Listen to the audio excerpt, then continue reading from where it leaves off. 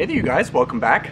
In today's video we are going to discuss weed removal because you guys asked, and I thought, well, I just got new soil, so I have a lot of weeds, because every time you get a new batch of soil you get a lot of lamb's quarters is what I get a lot of in the beginning.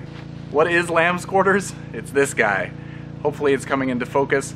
It's a really easy weed to get rid of. It's got a nice I guess the structure of the plant is kind of robust, so when you pull it, it doesn't just break off, you get the nice root system as well. So that is a dream when it comes for weeding. Easy to remove. So what I'm going to discuss is just weed removal rather than weed suppression. But just to touch base on weed suppression, things like mulch works. Some people put down landscape fabric and then mulch. I personally don't like using landscape fabric because if you've ever used landscape fabric, I think that they will tell you in the store that it's kind of a quick fix, and it'll stop roots from growing up indefinitely, or weeds from growing up indefinitely from the ground. And in theory, yes, it will stop that, but give your whatever you use as a mulch, whether it's bark or whether it's stone or whatever you're using as mulch, give it a couple of years for leaves and stuff to decompose down there, blowing dirt, leaves to just break down, and you've got a little layer of soil under there, so then the roots then the weeds start to sprout, and then not only do you have the weeds, then you also have their little roots growing into the landscape fabric. So this once was an easy weed to remove, now is a really hard weed to remove, because now it's got its little root system dug into the fibers of the landscape fabric. So now it would just break off instead of pulling out with the root system. I've had a lot of problems with that in the past. Another thing that I've seen people use is plastic. Oh, I hate when plastic gets used because it doesn't let the soil breathe. So sure, weeds won't grow up through it, but then if you have plants nearby, that water isn't going into the plants, whereas landscape fabric, at least it percolates through. When I've lifted up plastic used instead of landscape fabric, it just smells like rotting.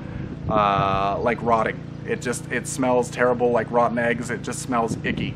So I don't recommend using plastic, but everybody has their own methods, so I'm just telling you what I would not use. And if you're just doing mulch isn't a surefire no weed method as well. It does suppress weeds. Obviously I'm just saying suppressant.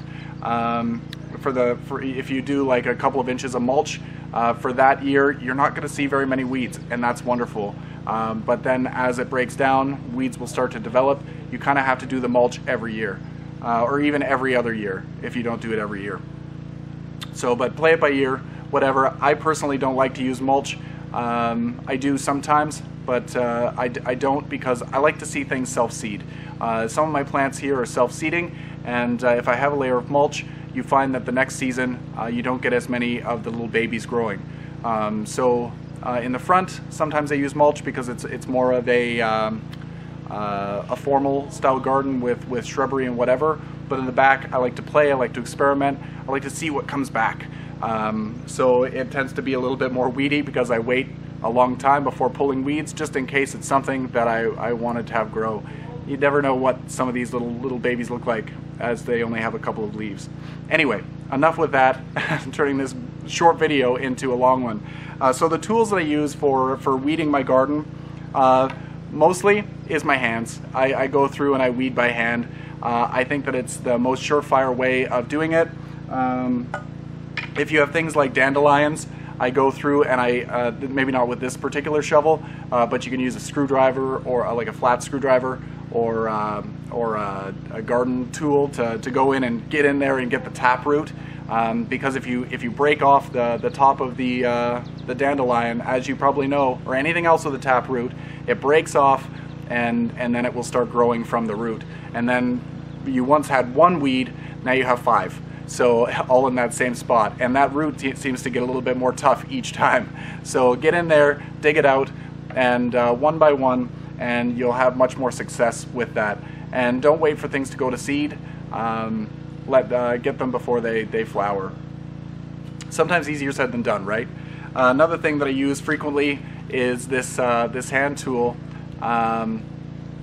This is just a cultivator, easy peasy. I use one with a handle, so with the video there will be you'll see this one getting used.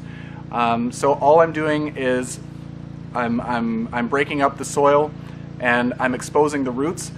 You want to weed when it's if you're doing it by hand, you don't have to worry about waiting for the soil to be dry and for a hot, dry day. But if you want an easy way to weed, use one of these tools and do it on a hot, dry day where it's going to be hot for an extended period of time. And you're going to expose the roots. It's best if you remove the weed, but sometimes in a large space, you can't remove everything. As long as the root's exposed and laying on top of the soil surface, the sun will hit it, it will bake the roots, and in no time that weed is going to be dead.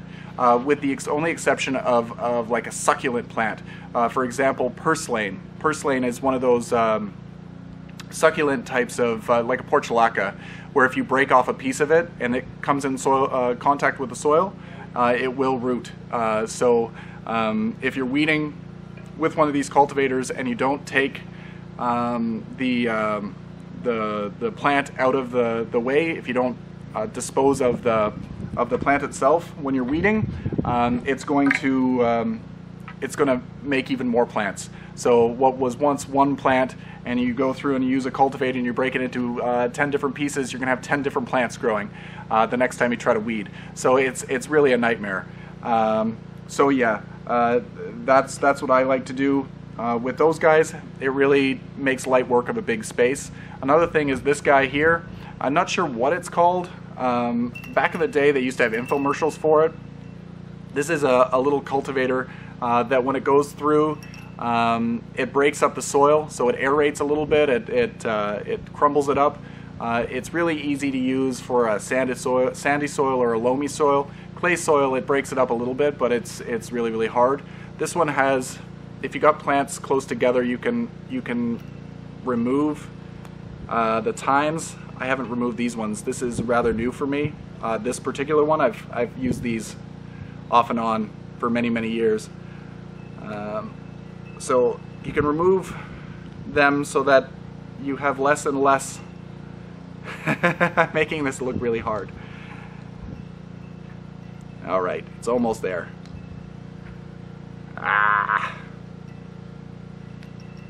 Let it out. This one might be easier. This one's coming easier. Oh, Bill. Okay. There we go. So you can remove these tines. So if you're in a really narrow spot and you don't want to cultivate a plant, you can come down to even just one of these and get closer to a plant and cultivate it around it. But I usually go through and use the 3. And if I need to, I just go in and weed around the plant closely by hand. It's so much easier to do it by hand. I don't want to tell you that everything is like an instant fix. Weeds are weeds. They're hard to get rid of. You need to keep on top of it. I come out on, well, just in the evenings usually, or on weekends, and I just sit here and I look at my plants and I'm pulling them out by hand. But when I have a large amount of them, like I do at the back here, I'll go through with one of these tools and I'll weed and then let the sun bake them, and then the next day I'll go through and I'll maybe do it again, or maybe next week and do it again, see what came back. And eventually, if you do it frequently on a weekly basis, you'll eventually get rid of the weeds. It's as simple as that, but it does take maintenance. You could do any of the suppression methods, but I do recommend having a beautiful soil.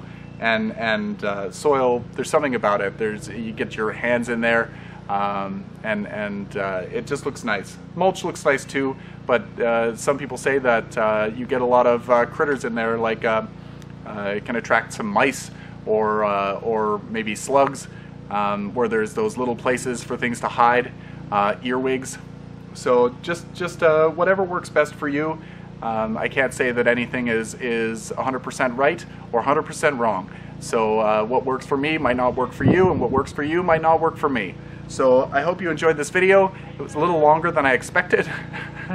I got to try out my GoPro to attach it to my wrist or the tools.